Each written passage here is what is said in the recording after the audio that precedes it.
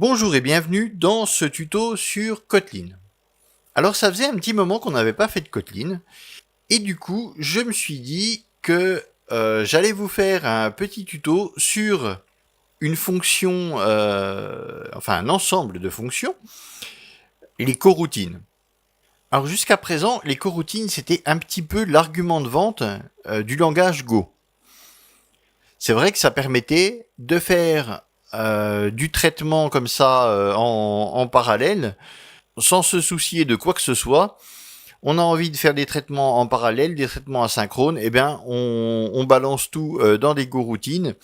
Et puis finalement c'est le système d'exploitation, ça va être finalement votre programme qui va lui s'occuper de gérer ses routines d'après les ressources qui lui sont disponibles. Et bien maintenant dans Kotlin on peut faire exactement la même chose. Alors vous allez voir, ça ressemble énormément pour ceux qui font du Go aussi. Eh bien, vous allez voir, les coroutines fonctionnent exactement pareil. C'est fortement inspiré de Go. Alors je vous rassure tout de suite, hein, si vous n'y connaissez rien en Go et que vous n'avez jamais approché ce langage de près ou de loin, je vais détailler quand même les coroutines, il n'y a pas de souci. Hein. Mais pour ceux qui ont déjà fait du Go, vous allez voir, c'est quasiment la même chose. Alors, les coroutines font partie de Kotlin, mais ne sont pas de base dans la librairie standard. Il va falloir, un petit peu comme on fait avec Android, pour avoir accès directement à des éléments d'un design, on va utiliser une librairie supplémentaire qu'on va ajouter. On a le Kotlin, je ne sais plus exactement comment ça s'appelle, Kotlin Extensions ou un truc comme ça. Eh bien, on va avoir la même chose, ça va être une librairie séparée. Alors, pour l'instant, même si la librairie est relativement stable, cette librairie est toujours considérée comme expérimentale. Donc, il est recommandé de ne pas l'utiliser en production. Donc après, est-ce que quand elle aura passé le stade expérimental, est-ce qu'ils vont l'implémenter directement dans le package standard de Kotlin? Ça, pour l'instant, je ne sais pas. En tout cas, pour l'instant, ça fonctionne bien. Donc, on va voir ça ensemble. Alors, dans un premier temps, comme je vous l'ai dit, c'est une librairie externe. Donc, il va falloir l'ajouter. Alors ici, j'ai créé un nouveau projet tuto. Donc, vous le créez où vous voulez. Hein. Un nouveau projet Kotlin. Et eh bien, dans ce nouveau projet, j'ai créé tout simplement un fichier Kotlin. C'est même pas une classe, hein, c'est juste un fichier Kotlin tuto.kt. Et voilà, il y a rien de plus, rien de moins. Vraiment le truc de base. Et maintenant, on va voir ensemble comment déjà ajouter cette librairie, parce qu'il faut l'ajouter. Alors, vous pourriez très bien aller récupérer sur le GitHub. Alors, on voit github.com Kotlinx coroutine. Donc, c'est sur le dépôt officiel de Kotlin. Donc on voit que c'est donc développé hein, ça fait partie du développement de Kotlin. Donc on pourrait cloner le dépôt et puis ainsi de suite. Nous, ce qu'on va faire, on va utiliser quand même quelque chose de plus simple. On va utiliser un paquet Maven. Alors pour ceci, on va dans ici la structure du projet. Voilà. Donc, ben moi je suis directement dedans. Hein. Vous pourriez être là, vous pourriez être je ne sais pas où. Alors, vous allez dans librairie. Vous allez ajouter une nouvelle librairie. Donc, on va faire from Maven. Ici, on va faire Kotlin X.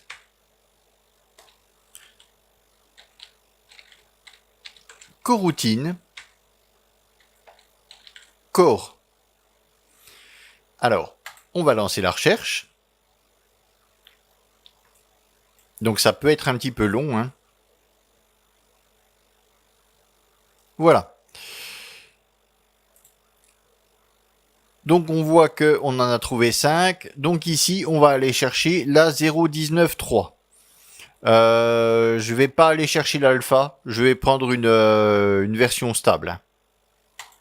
Voilà. On aurait pu chercher avec Kotlin, coroutine par exemple. On peut chercher par mots-clés, il y a pas de souci. Bon, moi j'ai utilisé ça qui est le nom du package parce que je le connais, mais on aurait pu chercher avec des mots-clés. Là n'est pas le problème. Est-ce que... Oui, allez hop, on va la télécharger dans les libs. Kotlin tuto, ouais, allez hop, on va la coller dans les librairies. Alors, ouais, ça on met OK.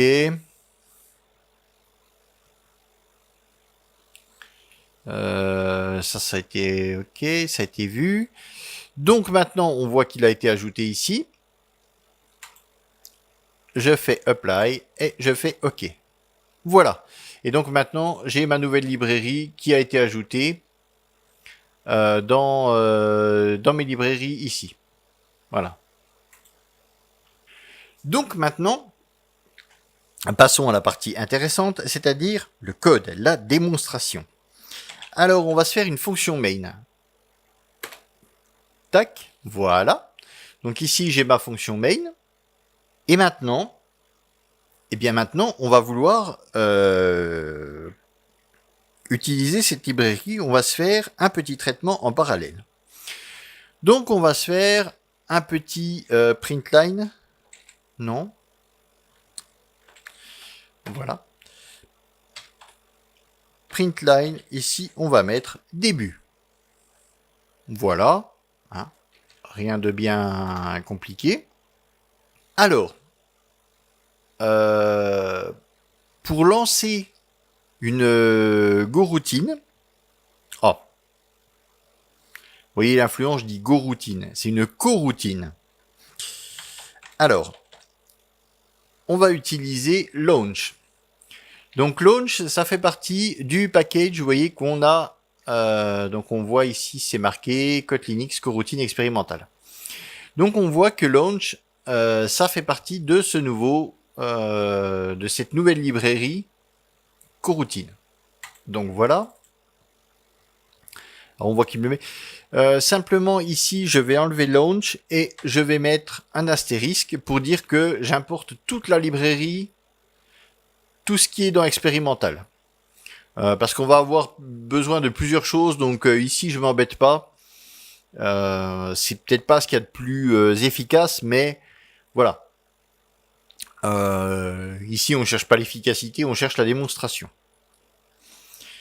Donc maintenant, dans Launch, ce que je vais vouloir faire, je vais vouloir appliquer un délai.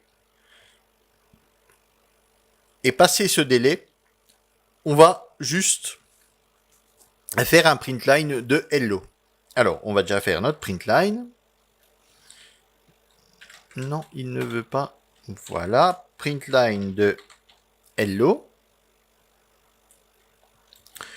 Et puis, je vais faire un copier-coller. Je vais faire un println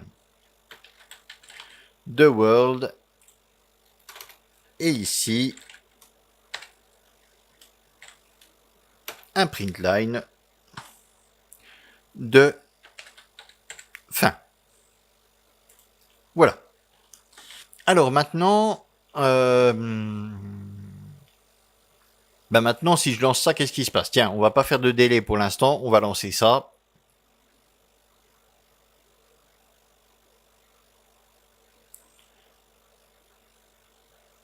Bon, on voit que début c'est lancé, fin, mais par contre j'ai pas world. Bien, parce que tout simplement, quand on lance ceci en parallèle, donc on a notre thread principal ici. Oui, alors j'appelle ça thread parce que c'est un thread. Mais on verra ça juste après. Donc là, on a notre thread principal. Et on va avoir deux choses qui vont tourner en parallèle. Donc notre thread principal va démarrer. Et il va s'arrêter ici. Et on va lancer ces deux traitements en parallèle. Le problème, c'est que quand mon thread principal s'arrête, tout mon programme s'arrête. Même si nos routines n'ont pas fini. Donc, comme il y a un léger décalage, puisqu'elles se lancent, voilà, elles vont être lancées l'une derrière l'autre, même si elles tournent en parallèle, eh bien, celle-ci n'aura pas le temps de se finir quand on va arriver à la fin du programme. Donc, on la verra pas. Faudrait que j'ai ici. Par contre, si ici je fais, alors je vais faire un thread sleep de 200 millisecondes, ça devrait largement suffire.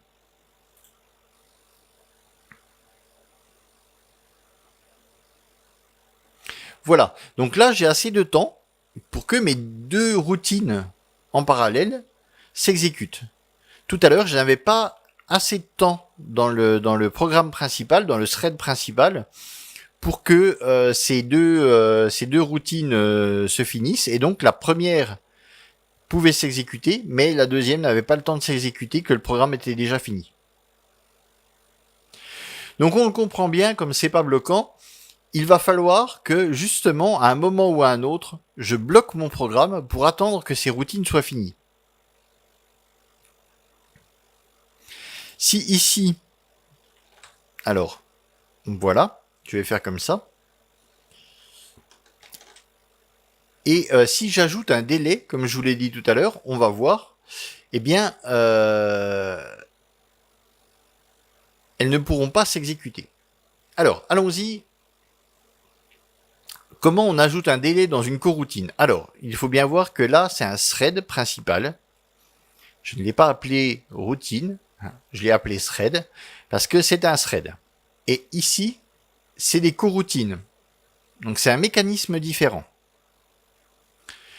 Donc dans les coroutines, on ne fait pas un thread sleep, on va faire un délai. Alors, délai. Donc on voit ici, eh bien, délai, que ça fait partie aussi de ce nouveau package, de cette nouvelle librairie. Et donc pareil, c'est toujours en millisecondes.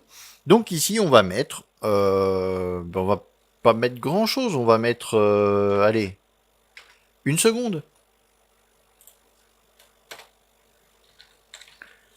Et donc ici, on va en mettre, pourquoi pas 2 ? Non, on va en mettre 1. Voilà. Elles auront le même délai. Donc ici, mes deux coroutines, elles vont démarrer et elles vont attendre 1 seconde, puis après elles vont afficher un coup Hello et un coup World. On est bien d'accord. Donc là, pour l'instant, j'ai commenté le thread sleep. Le thread sleep, il n'existe pas.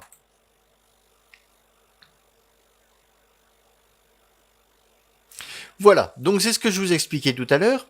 Ici, on a bien début. Ensuite, on lance celle-ci, on lance celle-là. Et ensuite, on continue le programme. Et le programme ici, il imprime le mot fin, et après il s'arrête. Donc mes deux coroutines, ben, elles sont perdues. Le programme n'attend pas de lui-même que tout soit fini. Elles sont en parallèle. C'est comme si on avait lancé... c'est comme avec les threads, en fait. Ça fonctionne exactement pareil. Si on n'attend pas que nos threads aient fini, eh bien, on va se retrouver avec des traitements qui ne seront pas faits. Donc il faudra qu'on leur donne de manière explicite qu'on bloque le programme ou qu'on leur donne l'ordre d'attendre la fin de ces deux coroutines pour continuer le programme. Donc ici, alors on va faire un thread sleep, sauf que le thread sleep, on va le faire de... voilà. De 1500 millisecondes. Maintenant, je lance. Voilà. Et donc, on s'aperçoit bien que c'est en parallèle, puisque on a un délai d'1 seconde pour chacun des deux mots, mais ils apparaissent en même temps. C'est-à-dire qu'il y a début qui est lancé, et 1 seconde plus tard, Hello et World arrivent en même temps. Donc c'est bien qu'elles travaillent en parallèle. On ne fait pas ceci, puis 1 seconde après, ceci, puis encore 1 seconde après cela. On fait bien ceci. on lance ces deux choses qui vont attendre chacune une seconde. Donc elles partent en même temps. Et elles ont toutes les deux un délai d'une seconde. Donc au bout d'une seconde, chacune imprimera ça. Donc c'est pour ça que ça arrivera en même temps. Et après mon thread sleep, eh bien, le programme continue et on a le print line qui arrive. Alors, on serait tenté de se dire ici, ben, pourquoi je ne mettrais pas un délai? Eh bien, voilà. Donc, suspense, on verra tout à l'heure hein, la notion de suspend. Mais tout simplement, ce qu'il faut savoir, c'est que délai ne marche que dans des coroutines. Et là, ce n'est pas une coroutine. Depuis tout à l'heure, je vous dis, c'est un thread. Ce n'est pas une coroutine. Du coup, c'est pas super efficace d'utiliser les threads et les coroutines en même temps. Dans ce cas-là, on utilise soit l'un, soit l'autre. La logique voudrait que on fasse tout en coroutine ou tout en thread. Là, ça se baladerait un petit peu. On a un coup un truc, un coup l'autre. Bon. Voilà. Donc, est-ce qu'on ne pourrait pas avoir notre thread principal qui devient notre routine principale? Eh bien, c'est faisable. Alors pour ceci, on va juste faire à notre fonction main classique, hein, fonction main args array de string, on va tout simplement rajouter égal run blocking. Voilà. Et à ce moment-là, vous voyez que je n'ai plus d'erreur. Alors si je relance mon programme,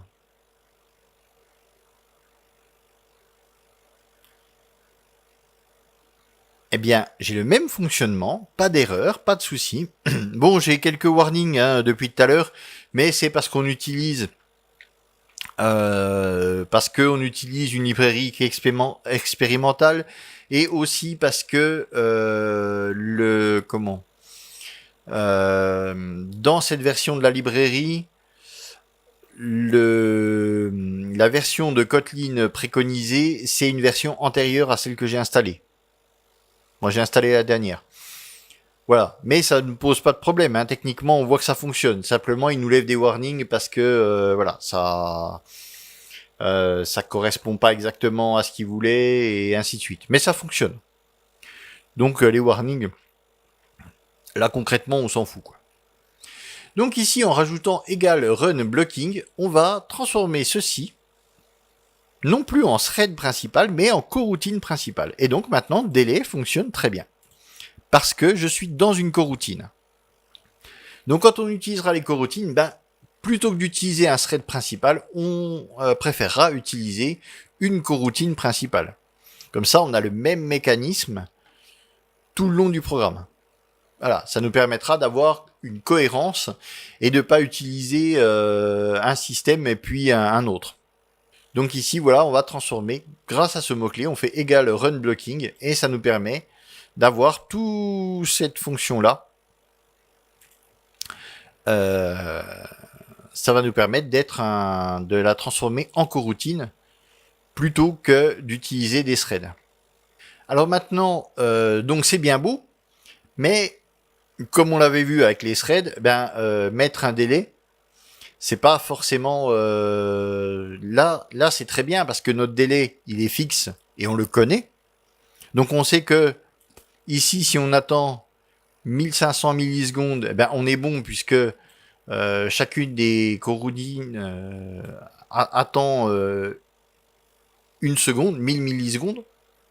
Donc comme la valeur est supérieure, il n'y a pas de souci. Les deux coroutines pourront travailler. Voilà, il n'y a pas de souci. Mais dans 99,99% des cas, vous ne connaissez pas ça. Le délai n'est pas fixe. Donc vous n'allez pas pouvoir tabler sur un délai ici. Ici, ça pourra varier et donc on peut se retrouver avec des coroutines qui finalement ne seront pas terminées. Alors pour ceci, ce qu'on va faire, on va créer, alors ici je vais faire des constantes, enfin, pour être plus juste, des variables immutables avec val. Donc, bon, j'aurais pu utiliser var, hein. C'est exactement... là, pour ce cas-là, ça ne changeait rien. Hein. Voilà. Donc, je vais placer ça dans des variables. Voilà, maintenant nos jobs, ils seront lancés dans des variables. Alors par contre, ouais, si je mets pas launch, voilà. Voilà qui sera mieux. Donc à partir de là, qu'est-ce que je vais faire? Eh bien à partir de là, je vais pouvoir faire join et job2 join. Alors en fait, comme avec les threads, on va pouvoir attendre que ces deux travaux soient finis.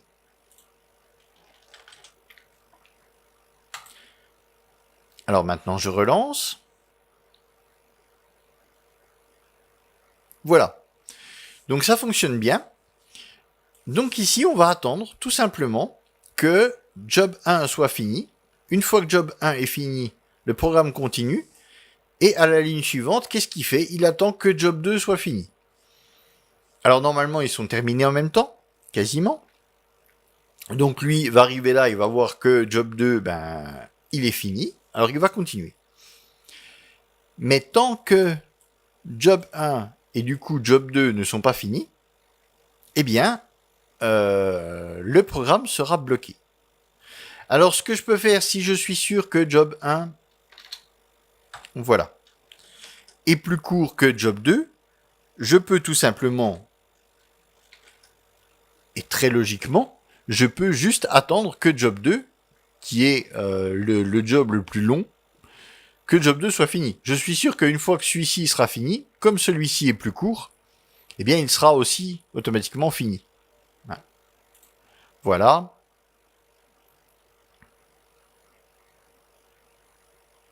Voilà. Bon, là, c'est vraiment de la logique pure et simple. Voilà.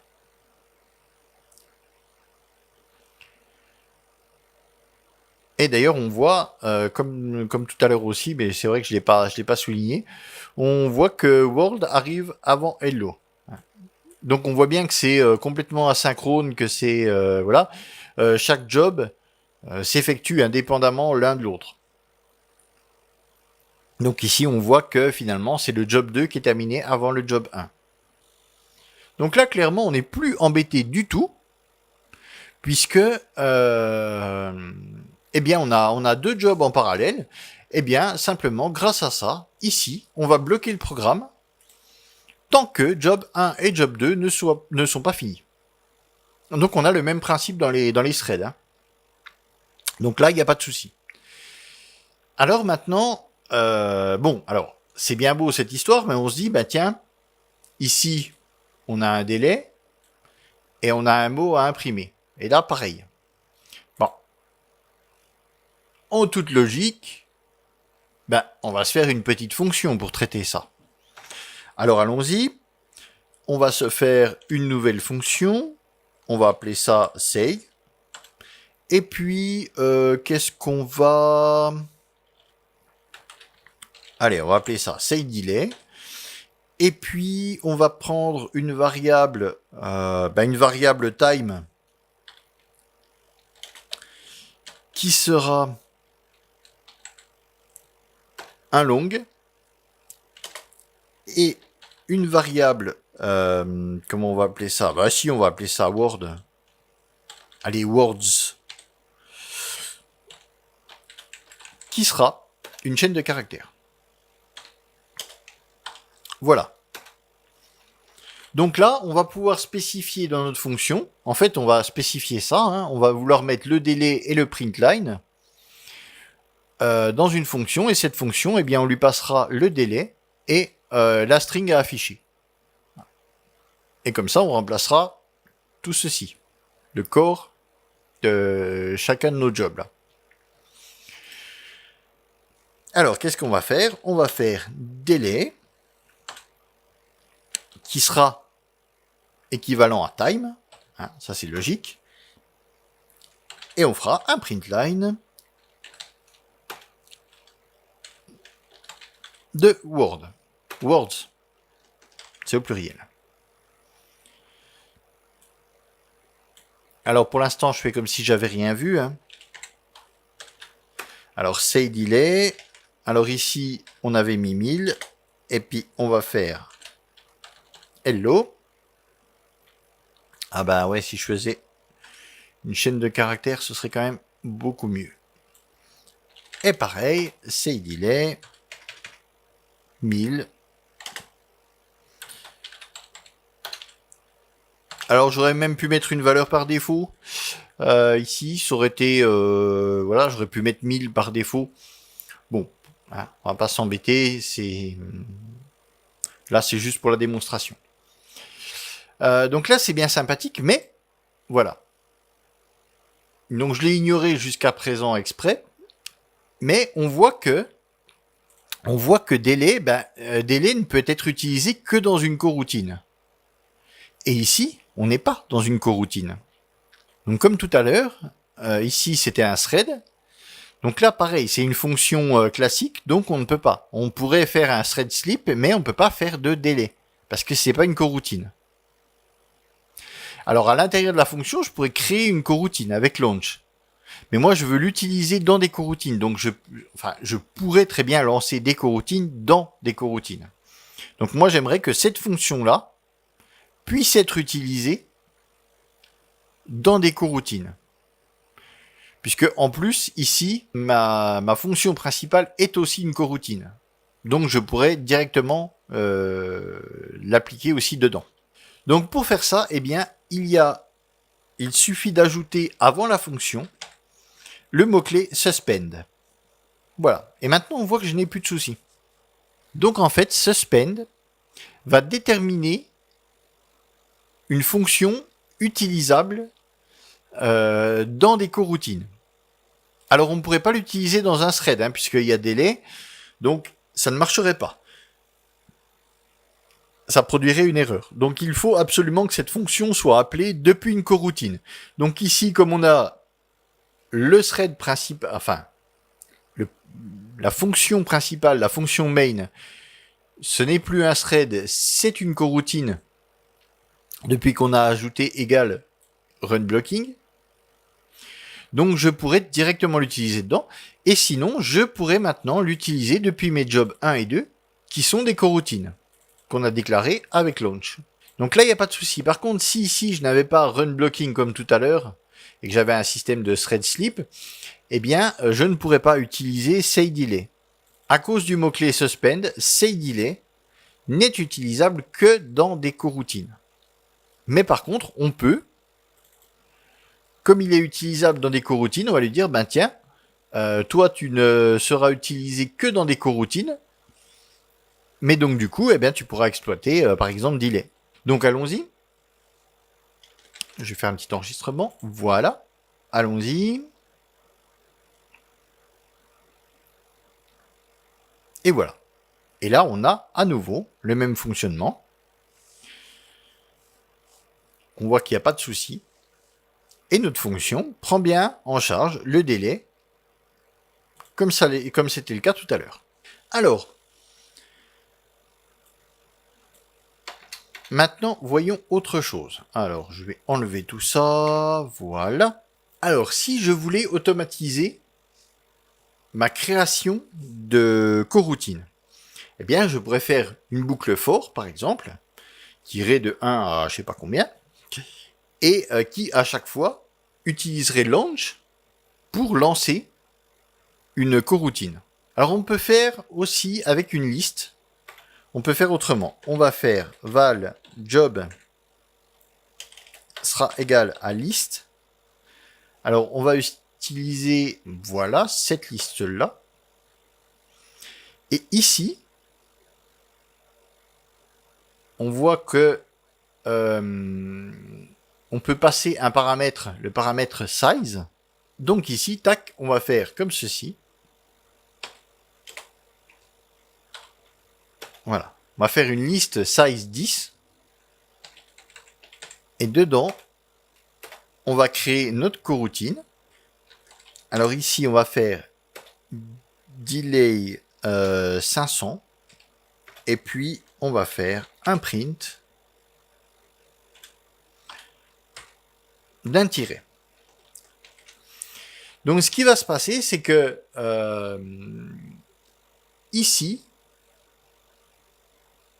grâce à ça, grâce à notre liste, en fait, on va faire une liste de taille 10 et dedans, on va y placer notre launch et ça va lancer 10 fois launch. Donc 10 fois, on va avoir 10 coroutines qui auront un délai chacune de 500 millisecondes et qui vont afficher, au bout de 500 millisecondes, ceci. Un tiret.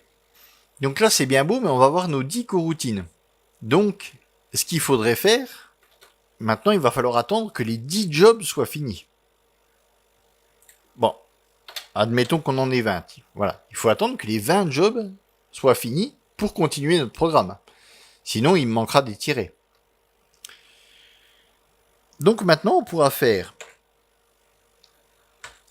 job. Donc job est une liste. Hein. Donc on pourra faire un for each. Donc on va itérer sur tous les éléments de la liste, donc sur tous les jobs en fait, sur toutes les coroutines. Là, on va créer du coup une liste de 20 coroutines qui vont être lancées automatiquement puisque launch lance ces coroutines. Et en gros, elles vont être... c'est comme si on faisait job 1, launch machin, job 2, pareil. C'est qu'à chaque fois, on mettait un launch dans un job et qu'on mettait ces 20 jobs dans une liste. On a ce même principe-là.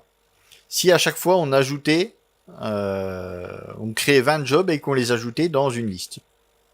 Donc ici, on va utiliser le for each. Alors dans le for each, pour récupérer l'élément en cours, puisque for each, c'est finalement une boucle for qui va itérer sur tous les éléments de la liste. Donc comme c'est une boucle, ça va tourner élément par élément. Et donc en fait, l'élément en cours sera représenté par it. On fait it. Et sur it, on va appeler join. Donc en fait, on va itérer sur chaque élément contenu dans la liste nommée job. Et à chaque élément, donc it, représentera l'élément en cours. Au premier tour de boucle, ça représentera l'élément 1. Au deuxième tour de boucle, l'élément 2. Enfin, ça commence à 0, hein, mais bon. Et ainsi de suite. Et donc, à chaque élément, comme chaque élément est une coroutine, donc on va appeler join dessus. C'est-à-dire qu'on va attendre que tous les éléments contenus dans cette liste soient finis avant de continuer notre programme. Et ici, on va se refaire un petit print line. Fin. Ouais, on va peut-être y mettre une chaîne de caractères, ce sera mieux. Voilà. Donc là, on va lancer 20 coroutines qui, au bout d'une demi-seconde, imprimeront toutes ça à l'écran. Et une fois qu'elles auront toutes fait leur travail, toutes imprimé leurs petits trucs, eh bien, on pourra continuer notre programme qui, lui, après, finira. Alors, allons-y, qu'est-ce que ça donne ?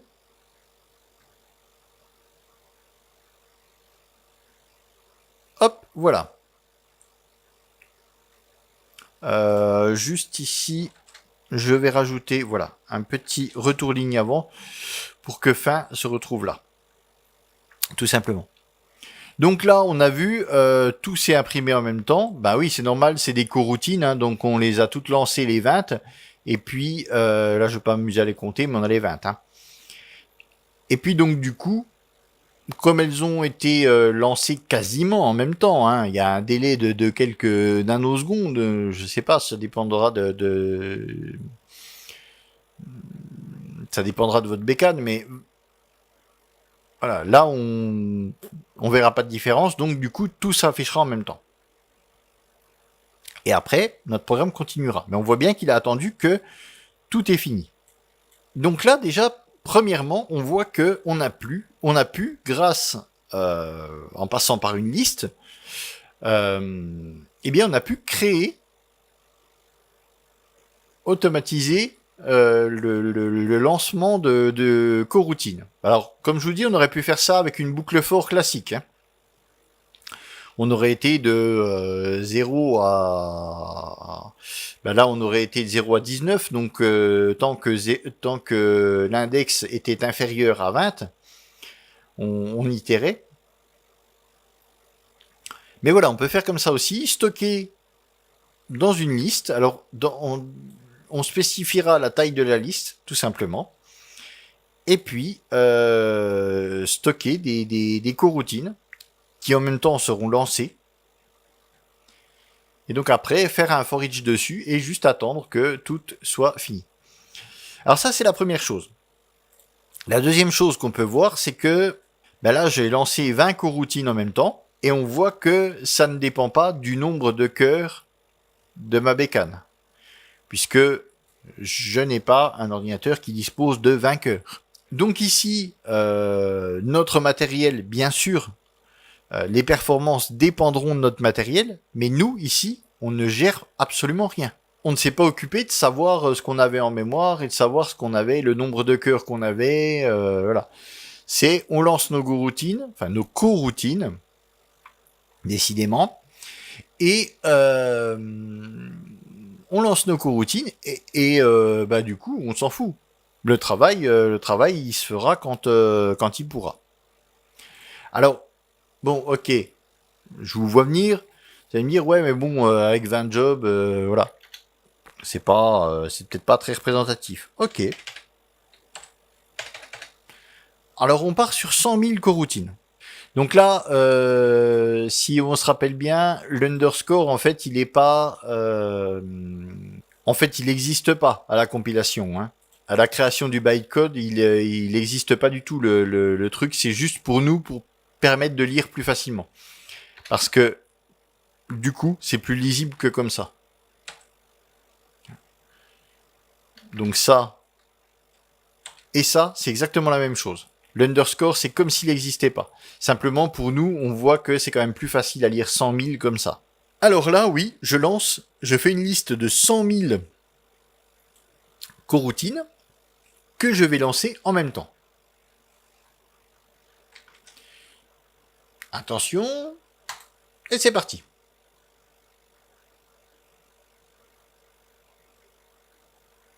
Voilà, ça tourne, bim. Alors on voit que ça a tourné pendant un petit moment. Alors, je ne m'amuserai pas à les compter. Ouais, ça fait du monde. Hein. Bon. Donc ici, on a lancé nos 100 000 coroutines en même temps. Et on voit qu'il n'a pas sourcillé. Hein. Il a simplement attendu que tout soit fini.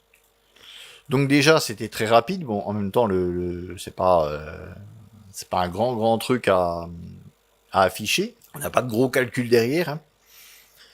Mais donc on voit qu'il n'a pas sourcillé, il n'y a pas de souci. Faites ça avec des threads, croyez-moi, vous allez avoir une erreur à un moment ou à un autre. Hein. Donc les coroutines, elles permettent de s'affranchir de notre matériel. On se fout complètement de ce qu'on a comme matériel. On lui dit, ben tu me fais 100 000 coroutines en parallèle. Donc lui, maintenant, on a vu que ça prenait un certain temps. Et donc tout n'est pas fait en même temps. Les 100 000 ne tournent pas en même temps. Mais nous, on s'en fout. C'est-à-dire qu'il va pouvoir en faire tourner, je sais pas, mettons, peut-être 100 en même temps. Donc, avec la capacité matérielle qu'il a, il va en faire tourner 100. Puis après, au fur et à mesure que les jobs se terminent, eh bien, il va en lancer de nouveaux. Si les deux premiers se terminent, on sera à 98, et ben il va en lancer de nouveaux. Et ainsi de suite. Donc c'est lui qui va vraiment gérer ça. Donc là, il a, je vous dis, c'est complètement arbitraire, c'est n'importe quoi, mais admettons que voilà, il puisse les lancer 100 par 100, et bien dès qu'il y en a une qui s'arrête, hop, une nouvelle prendra la place, de manière à ce qu'il y en ait toujours 100 en même temps. Mais si on le fait tourner sur une bécane moins puissante, eh bien c'est pas grave. Lui, il lancera que 20 par 20. Donc ça prendra beaucoup plus longtemps.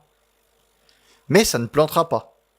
Le système de coroutine, contrairement au thread, lui, il est étudié pour que la JVM après se démerde. En gros, pour que la JVM se débrouille toute seule et on lui dit voilà, il y a tant de tâches à faire en parallèle. Tu mets en parallèle tout ce que tu peux et puis le reste, tu le fais au fur et à mesure quoi, selon tes capacités. Donc ça fonctionne exactement comme dans Go. Dans Go, on a exactement ce même principe. On se fout de savoir combien on lance de coroutines. C'est lui qui gérera en fonction du matériel. Donc là, c'est pareil, c'est la JVM qui s'occupera selon le matériel qui est à sa disposition. C'est elle qui s'occupera de gérer ces routines en parallèle. Alors maintenant, on va voir encore autre chose. Alors imaginons que... Alors je vais me faire, comme tout à l'heure, un job 1 qui va être un launch. Et là, on va faire repeat. Alors repeat, ça va nous permettre, comme son nom l'indique, de faire une répétition. Alors ouais, on va en mettre 6. D'une répétition d'un bloc de code. Donc là, c'est le nombre de fois que ça va être répété. Et là, ça va être le code lui-même. Alors ici, on va faire un print line. Alors, on va vouloir mettre job 1, 2 points. Et là, ce que j'aimerais, c'est, en fait, repeat, ça va faire une boucle. C'est comme une boucle for, sauf que dans une boucle for, on a l'index. Et cet index, on peut le récupérer et puis l'afficher. On peut travailler avec. Ici, dans repeat, à première vue, on n'a pas d'index. Qu'est-ce qu'on va mettre ici? Alors, on va faire une interpolation, mais qu'est-ce qu'on va mettre dans cette interpolation? C'est quoi l'index? Alors l'index, un petit peu comme en Ruby, finalement, on va pouvoir lui passer l'index. Alors on va appeler ça i ou index, tant qu'à faire. Et on va mettre une petite flèche. Voilà. Et donc ici, en fait, on va récupérer l'index, il existe. Simplement, à première vue, on ne l'a pas. On va le stocker, en fait, en faisant ça, on va stocker l'index qui existe, qui est disponible. On va le stocker dans une variable qu'on va appeler index. Et après, cette variable, eh bien, on pourra l'utiliser de manière tout à fait normale. Alors ici, on va faire $index. Voilà. On aurait pu faire ceci. Ça fonctionne pareil. Simplement, vous voyez, il nous demande d'enlever les accolades. Parce que les accolades, on s'en sert pour mettre des expressions. Quand c'est juste pour afficher une variable, on n'est pas obligé. Alors ça marcherait, il n'y a pas de souci. C'est simplement que, voilà, normalement, quand il y a une variable, on utilise cette syntaxe-là, et quand c'est une expression, on utilise les accolades. Mais comme je vous dis, si on utilisait les accolades avec une seule variable, ça fonctionnerait. Voilà. Et donc, maintenant, on va faire un délai de 500 millisecondes. Du coup, ça, il y aura... À chaque tour de boucle, on va afficher ça et on va attendre 500 millisecondes avant d'afficher le deuxième tour de boucle. On va créer, du coup, un deuxième job, alors qu'on appellera bien évidemment job 2, qui fera la même chose et qui fera job 2. Simplement, je vais mettre 2 tabs pour qu'ils soient bien décalés, qu'on voit vraiment bien la différence entre les deux. Alors, qu'est-ce qu'on va faire? Eh bien, on va attendre que job 1 soit fini avec join, et on va attendre que job 2 pareil, soit fini. On lance ça. On est parti. Alors voilà, ça se lance, bim. Donc on voit bien que ça tourne en parallèle. Hein. Donc ici on a le premier job qui se lance, premier tour de boucle. En attendant, on voit que ça a eu le temps de faire 2 tours de boucle avec job 2, puis job 1 et job 2, puis 2 fois job 1. Donc on voit que c'est vraiment traité en parallèle. Hein. Il n'y a aucune corrélation entre le job 1 et job 2. Ils font chacun leur vie de leur côté. Hein. Hein, ici, il y a une action, un tour de boucle qui a été fait, et ici, il y en a 2 avant que lui entame le deuxième. Et inversement, ici, il en fait 2 avant que celui-ci entame le quatrième. Bon, voilà. Mais bon, c'est pas ça qui nous intéresse. Imaginons ici que, maintenant, alors là, hein, c'est pareil, c'est de manière arbitraire, mais dans la vraie vie, on aurait des appels à des API, par exemple, donc on ne saurait pas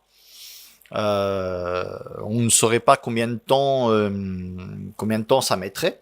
Donc en fait, admettons que je veuille, pour une raison ou pour une autre ici, je veux que si job 1 s'arrête avant job 2, et ben job 2 s'arrête aussi. Alors oui, bien sûr, j'aurai cette solution-là. Hein, et là, je suis sûr que mon programme continuera et s'arrêtera. Là, il n'y a pas de souci. Et ça, c'est ce qui aurait de plus simple. Mais le but n'est pas là. Le but, c'est de savoir, est-ce qu'il y a moyen d'arrêter, de forcer à arrêter une coroutine. Alors oui, ce moyen existe. Ici, on va faire job2.cancel. Voilà. Donc en fait, ce qui va se passer, ici, quand job 1 aura fini de travailler, ce qui va se faire avant que job 2 ait fini de travailler, donc job 1 va s'arrêter automatiquement avant, hein, puisqu'il ne tournera que 2 fois et l'autre 6. Donc ici, comme on l'a vu, ça va bloquer tant que job 1 travaille. Une fois qu'il travaille plus, tac, ça va se débloquer, donc ça va passer à la ligne suivante. Et cette ligne suivante, elle va demander à job 2 de s'arrêter. Alors, c'est un peu bizarre, je vous le concède, mais il faut laisser le join.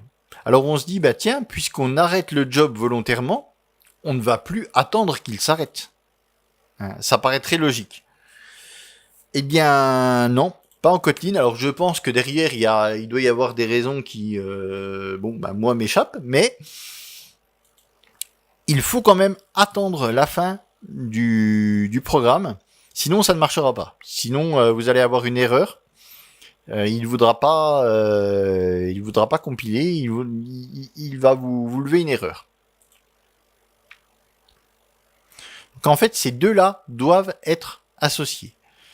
On peut arrêter une coroutine, mais derrière, il faut quand même attendre son arrêt. Il faut quand même utiliser le join pour bloquer tant que le truc n'est pas arrêté, même si on l'arrête de manière prématurée. C'est comme ça que ça fonctionne.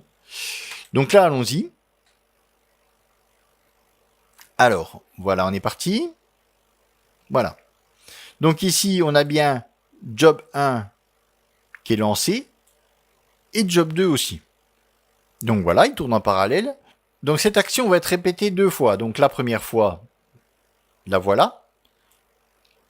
La deuxième fois, et cette deuxième va être la dernière. Donc la deuxième fois est lancée. Pendant ce temps, lui aura eu le temps de tourner 2 fois de plus. Mais après, on voit qu'il s'arrête là. Lui, il devrait tourner 6 fois et il a tourné que 3. Pourquoi ? Parce que, à la fin de job 1, on a continué, on a déclenché la suite du programme, et la suite du programme, c'est l'arrêt forcé de job 2. Donc on voit ici, tac, le temps que tout ça se fasse, bon, il a eu le temps de tourner 2 fois, mais après, ça s'arrête. Là, à ce moment-là, il a pu tourner, et avant ou pendant le quatrième tour de boucle ici, eh bien, on appelle la fin du job.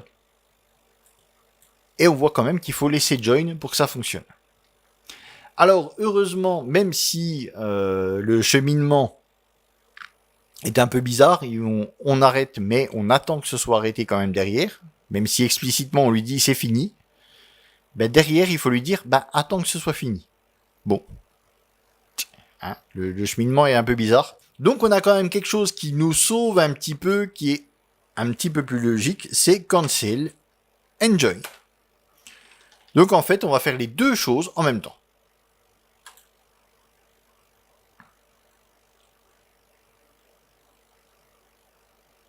Voilà, on voit que le fonctionnement est exactement le même, sauf que maintenant, on fait, avec cancel and join, on fait les deux choses en même temps. Plus besoin d'un cancel et d'un join, c'est les deux en même temps. D'ailleurs, là, on ne peut pas faire plus explicite finalement. Hein. Donc ça, c'est un premier point. Maintenant, ce qu'on pourrait faire, on pourrait faire try, voilà. On va déplacer ce bloc de code à l'intérieur du try, et on va appeler un... Pourquoi Qu'est-ce qu'il me dit? Ah bah non, ça c'est mon launch.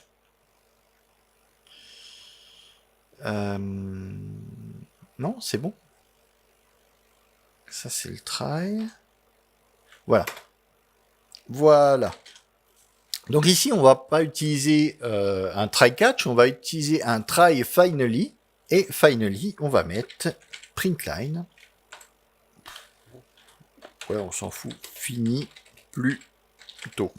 Voilà. Alors, lançons cette chose.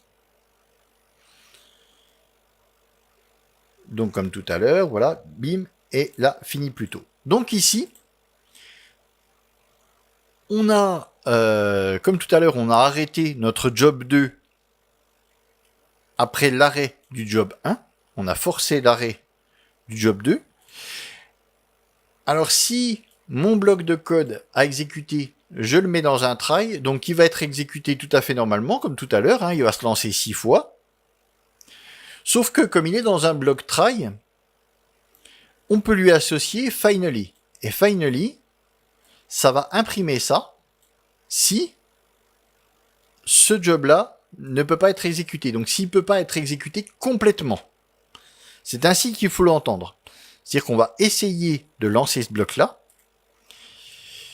mais on n'est pas sur vraiment un essai dans le sens où ça marche ou ça marche pas. Ici, ça marche, mais si on ne peut pas aller jusqu'au bout, si ça ne marche pas complètement, on lèvera finally.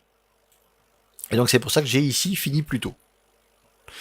D'ailleurs, je pourrais même faire un printline fin de programme. Voilà, on est en Kotlin.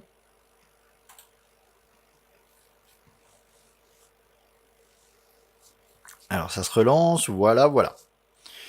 Donc on voit, il lève ça fini plus tôt, et après, donc il continue son programme comme si de rien n'était. Donc voilà pour finally. Alors on serait tenté de se dire, bah tiens, ce que je pourrais faire, c'est ici faire un autre bloc de code. Voilà, ici on a repeat, et ici je pourrais avoir un autre bloc de code avec par exemple un delay, qui finalement représentera un traitement. Donc on va faire un delay de 500. Ah, on va refaire un autre printline.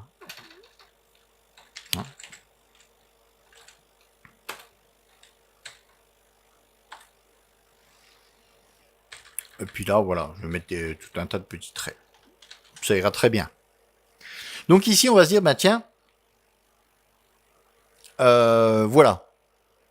Donc on va tenter ça, et si à un moment ou à un autre, ça s'arrête prématurément, eh bien, on exécutera ce code-là. Voyons ce qu'il en est.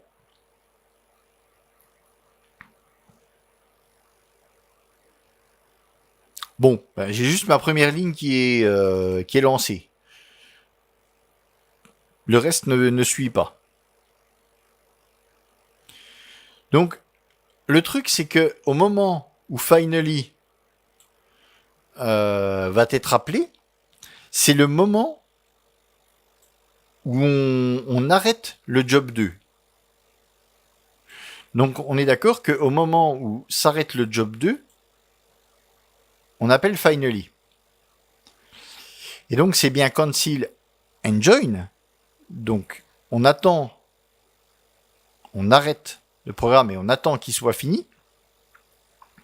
Donc là, comme on l'arrête, il est fini et il continue à la suite. On est d'accord. Donc qu'est-ce qui se passe quand finally est levé? Mais finally, je vous rappelle qu'il est dans une coroutine. Donc là, on va continuer notre programme. Mais comme notre coroutine, finally, comme il est dans une coroutine, eh bien, ici, notre programme va continuer et donc va s'arrêter. Et il va s'arrêter avant qu'on ait fini d'exécuter tout ça. Puisque ce qui est dans finally, c'est toujours en parallèle. Ce n'est pas levé à l'intérieur du main, c'est toujours levé à l'intérieur de job 2 finalement. Donc on est bien embêté parce que du coup, on ne pourra pas lancer ce bloc de code là puisque notre programme, pour lui, à ce moment-là, job 2, il a fini son taf. Donc, il va reprendre son programme là où il en était resté. Et ici, comme il lui reste plus qu'une ligne à afficher, il va afficher cette ligne et après il va s'arrêter. Et donc ce qui tourne ici en parallèle, ici ça aura le temps de s'afficher, mais après, plus rien. Alors si le traitement était plus long, ça s'afficherait, mais ça dépendra vraiment du temps de traitement derrière. Donc est-ce qu'il n'y a pas moyen de contourner ça? Eh bien on va pouvoir le faire grâce à la fonction run. Donc fonction run qu'on avait déjà vue. Hein. Sauf qu'ici, cette fonction run, alors, non, c'est run tout court. Pourquoi il me met Kotlin run? Voilà. On va aller dans run. Tac. Donc, on va placer ce code-là dans run. Alors, vous allez me dire, oui, mais ça ne changera rien du tout. Alors, en effet, ça ne changera rien pour l'instant. Mais simplement, à notre fonction run, on va pouvoir lui passer un paramètre. Et ce paramètre, qui vient avec cette bibliothèque de coroutine, ça s'appelle non-cancelable. Voilà. Donc en fait, on lui dit que ce n'est pas arrêtable. En gros. Ce n'est pas cancelable, ce n'est pas arrêtable. On ne peut pas arrêter ce bloc de code. Donc ce bloc de code va être... Alors c'est un peu bizarre parce que a priori il tournera en parallèle quand même, mais on le définit comme non arrêtable. C'est-à-dire que job 2 finalement c'est un peu si donc quand on avait fait ceci. Alors pour le coup là ça risque de... Là pour le coup ce sera peut-être plus clair. Alors, on va faire le join, voilà. Donc comme on sait que pour arrêter un programme, il faut cancel et join. Donc ici, en gros, quand on fait job cancel, on va arrêter le job principal, mais en utilisant run non cancelable, on va pas... c'est comme si le job tournait toujours. Donc du coup, comme le job tourne toujours. Alors on a switché de ce bloc-là à ce bloc-là. Mais donc comme le job tourne toujours, et qu'on a job2.join, il va attendre que ce job soit fini. Et grâce à run non cancelable, le job sera déclaré comme fini au moment où ce bloc-là sera fini. Donc allons-y. Voilà. Donc on va voir à un moment fini plus tôt. Voilà. Alors c'est vrai que 500 millisecondes, on se rend pas vraiment compte, mais on voit que ce coup-ci, il a été jusqu'au bout.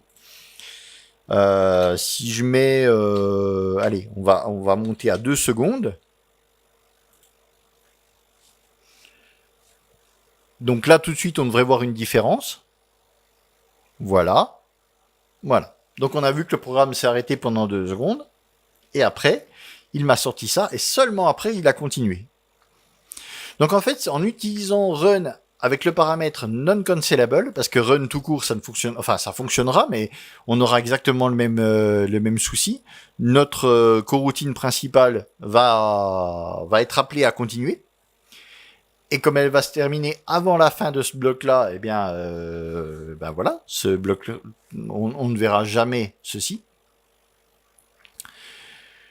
Donc c'est pour ça qu'il faut utiliser un paramètre non cancelable qui lui va, ben en fait c'est comme si la routine ne s'était pas arrêtée. Ici on va lui dire, en fait cancel va simplement lui faire switcher de ce bloc try au bloc finally, mais considérera que le job 2 tourne toujours. Et donc comme derrière il y a join, eh bien, qui bloque le programme tant que job 2 n'est pas fini. Ici, même si on a appelé cancel, eh bien, le job sera considéré comme encore en vie, comme encore en train de tourner, grâce à non cancelable. Et donc, ça attendra que ce bloc-là soit exécuté pour le déclarer terminé. Et donc, pour que ici, on reprenne la suite de la coroutine principale. Alors on a déjà passé pas mal de temps dessus, il y a encore d'autres choses à voir.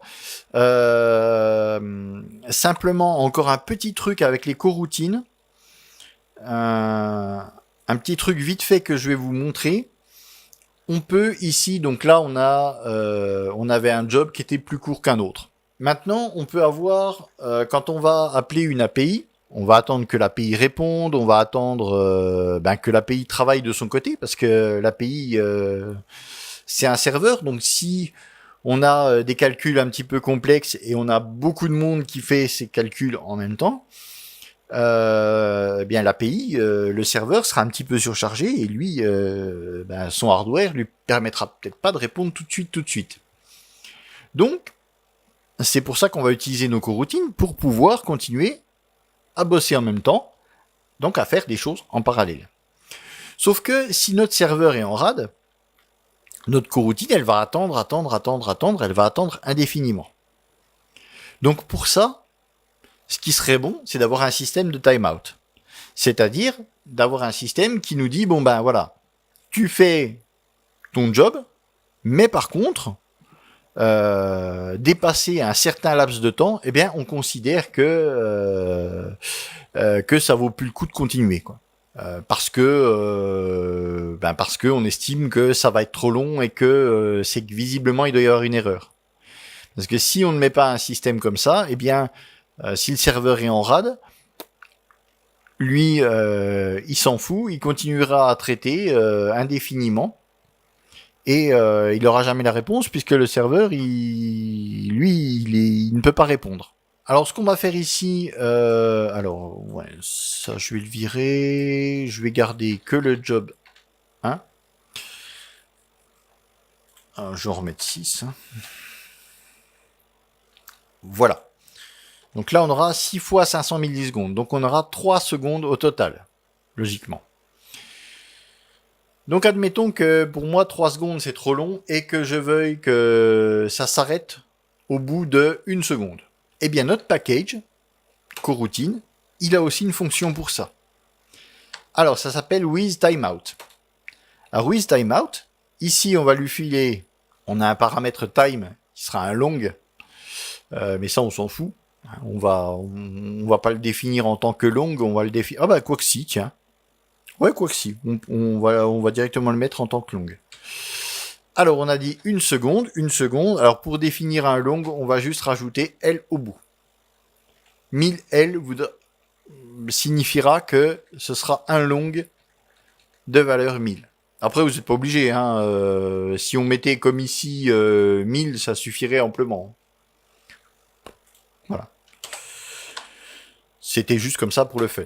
Donc, with timeout, et maintenant notre bloc, tout simplement, on va le mettre dedans. Alors, oui. Si j'utilise le bon raccourci clavier, on va le mettre dedans. Voilà. Au passage, le raccourci clavier, pour ceux qui ne le connaîtraient pas, hein, c'est hop, on sélectionne tout le bloc et je fais CTRL majuscule et avec la flèche du haut ou flèche du bas, je le monte ou je le descends dans mon code en fait. Vous voyez, hop. Donc là, contrôle majuscule, je descends, je monte, et je peux ainsi déplacer tout ce bloc dans mon code. Donc voilà, maintenant on a défini un bloc with timeout, alors avec à l'intérieur notre traitement comme tout à l'heure, on va faire 6 fois notre bidule, là. Mais donc comme on va faire 6 fois avec un délai de 500 millisecondes, on aura 3000 millisecondes. Et nous ici, on veut qu'au bout de 1000 millisecondes, le traitement s'arrête. Donc allons-y, c'est parti.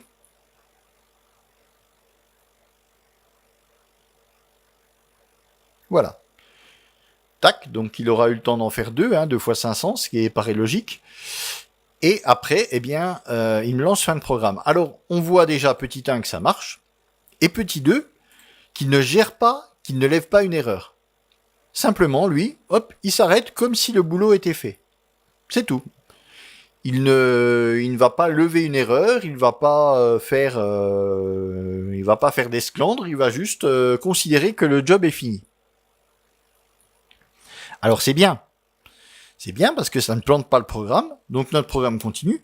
Sauf que on aura peut-être besoin de le planter, notre programme.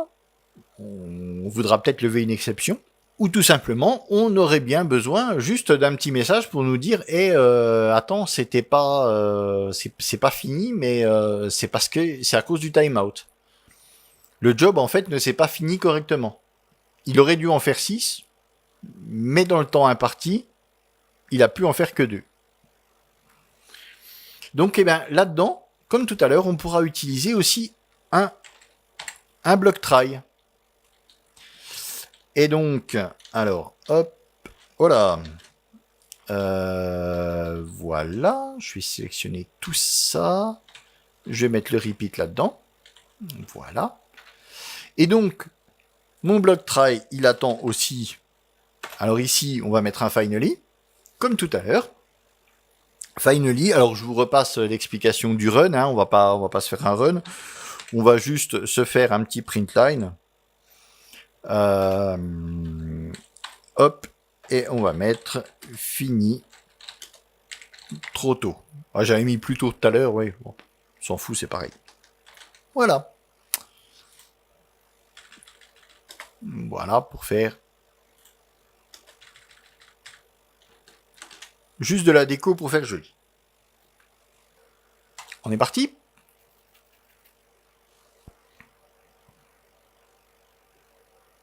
Voilà. Donc là, on voit bien que donc notre timeout, au bout de 1000 millisecondes, donc 1 seconde, il arrête tout simplement la coroutine. Donc ce qui a pour effet de relancer la suite du programme. Donc lui, on voit bien que Join, une fois de plus, il ne dit rien de particulier. Simplement, lui, il continue son petit bonhomme de chemin, et puis il voit que le job est arrêté, mais il n'y a pas, vous voyez, il ne lève pas d'erreur. Timeout ne lève jamais d'erreur. Pour lui, job 1, c'est terminé. Point. Il ne sait pas s'il s'est terminé correctement ou pas. Il s'est terminé. Comme s'il n'y avait pas de timeout et qu'il avait fait son repeat 6 fois. Voilà. Lui, il a juste l'instruction comme quoi le job est fini. Pourquoi? Il en sait rien et il s'en fout. Donc ici, justement, donc comme on ne savait pas, comme on n'a pas d'indication, on va pouvoir mettre un bloc try à l'intérieur, qui fait que, comme tout à l'heure, notre repeat ici, donc il va être lancé, et s'il est arrêté avant la fin, le bloc finally sera lancé. Et donc, comme tout à l'heure, comme c'est dans une coroutine, si on veut faire plus qu'un print line suffira. Mais si on veut faire plus, on fera un run non-cancelable. Et d'ailleurs, je me demande même à quel point, si je lance ça, est-ce que ça va marcher quand même? Ouais, ça marche quand même, mais voilà. Parce que a priori, si ici, bon, le print line, ça passe. Mais si ici, à la fin du programme, la première ligne était plus longue à exécuter qu'un print line, par exemple, eh bien, logiquement, elle s'exécuterait même pas. Vous voyez, s'il y avait un calcul, par exemple, à faire, un truc un petit peu lourd, et bien comme le programme s'arrête, finally ne sera même pas levé du coup, puisqu'il est dans une coroutine. Donc l'idéal, vraiment la méthode la plus safe, logiquement, surtout si on veut traiter ça, si on veut traiter le timeout un petit peu comme une erreur, donc vraiment, ce serait d'utiliser à chaque fois le run. Oui, il faut que je le mette. Le run non cancelable. Puis de mettre là-dedans. Au moins comme ça, je serai sûr que quoi qu'il se passe, tant que ça ne sera pas levé, enfin tant que ça ne sera pas fini, mon programme ne s'arrêtera pas. Donc quoi qu'il se passe, le timeout, si voilà, si on dépasse le temps imparti avec le traitement, eh bien quoi qu'il se passe, ce sera levé. Alors, par contre, un truc qu'on n'avait pas vu. Et alors je vais mettre le timeout à, allez, à 6. À 6 secondes. Là, on sait que notre truc va prendre 3 secondes.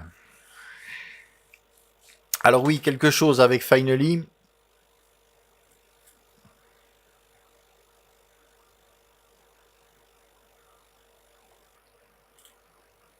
Donc là, on voit bien que Finally, il est lancé même si notre job, il se finit correctement. Donc maintenant, si vraiment on voulait... donc en fait, Finally, lui, il va être levé que ce soit fini ou pas. Donc nous, si on veut un système d'erreur, ben ça va être un petit peu plus compliqué. Nous, on veut que si dans le cadre d'un système d'erreur, ben on veut que ça lève une erreur si le timeout est dépassé, si le job est pas fini. Par contre, s'il est fini, hein, on n'a pas besoin d'avoir ce code-là. Alors, ce qu'on peut faire, c'est remplacer tout simplement par le catch. Alors, catch, on va faire ici E qui va être de type exception. Voilà. Alors eux, on s'en fout, hein, il peut être de n'importe quel type compatible avec... il peut même être d'une exception spécialisée, hein, ça peut être de IO exception, enfin ça peut être plein de trucs. Ici, on s'en fout complètement puisqu'on l'utilise pas. Enfin, dans ce code-là, si vous en avez besoin, mettez ce qui vous intéresse dans le catch. Ici, c'est juste parce qu'il faut mettre il faut mettre un paramètre, donc je mets voilà un paramètre de type exception. Ça n'a que peu d'importance. Donc ici, ce qui va se passer quand on va lancer notre code, comme maintenant c'est un catch, eh bien, voilà, plus de problème. Le programme s'est terminé correctement, donc à aucun moment on voit fini trop tôt. Maintenant, si je diminue et que je passe à 1 seconde mon traitement, donc bien sûr ça ne suffira pas, hein. Voilà, fini trop tôt. Et là, c'est levé. Donc maintenant, grâce à ce système, qui fonctionne aussi comme on l'a vu tout à l'heure, hein, avec le cancel, donc ici, grâce à ce système, on va pouvoir lever une erreur. Enfin là, ici, ça va être sous forme d'un bloc qui va être exécuté, mais uniquement si le timeout est dépassé. Sinon, si le job se termine correctement, eh bien, le catch ne sera pas appelé, contrairement à Finally, qui est appelé tout le temps à la fin. Que le travail soit fini correctement ou pas. Voilà. Donc ici, bien sûr, ça marche pareil dans l'exemple précédent sans le timeout, avec le cancel. Si, comme tout à l'heure, on avait 2 jobs et dans le job 2, on implémentait ceci, là, un try-catch, et qu'on appelle cancel avant la fin du job 2, eh bien, il lèverait avec le catch, il lèverait une exception. En gros, le timeout, c'est un petit peu un cancel automatique. Ça fait comme tout à l'heure avec cancel, simplement, il le fait automatiquement au bout d'un certain temps. On lui donne une durée et lui, il va faire le cancel à ce moment-là. Donc si le job est terminé avant, eh ben, tant mieux. Et sinon, dans ce cas précis, on pourra lever une exception. Donc voilà pour ce qui est de la coroutine. Alors ce n'est pas tout pour la bibliothèque elle-même. Là, on a fait à peu près le tour des coroutines. On va voir qu'il y a d'autres mécanismes. Et comme ces coroutines ressemblent énormément à leurs cousines les goroutines de Go, eh bien on verra qu'il y a aussi un système, comme dans Go, un système de channel pour pouvoir finalement communiquer depuis ces goroutines. Ces coroutines, décidément. Et aussi, on verra qu'il y a 2 autres mots-clés qui existent déjà pour faire de l'asynchrone dans d'autres langages de programmation, qui sont async et await. On verra qu'ils fonctionnent un petit peu différemment des coroutines. Enfin, ils permettent de faire d'autres choses. Donc voilà, il y aura une deuxième vidéo consacrée à cette librairie sur les coroutines. Donc pour l'instant, on a déjà fait le tour de la coroutine de base. Donc il y avait déjà pas mal de choses à voir. Donc voilà, moi je vous laisse là-dessus et je vous donne rendez-vous pour la suite dans une prochaine vidéo. Salut!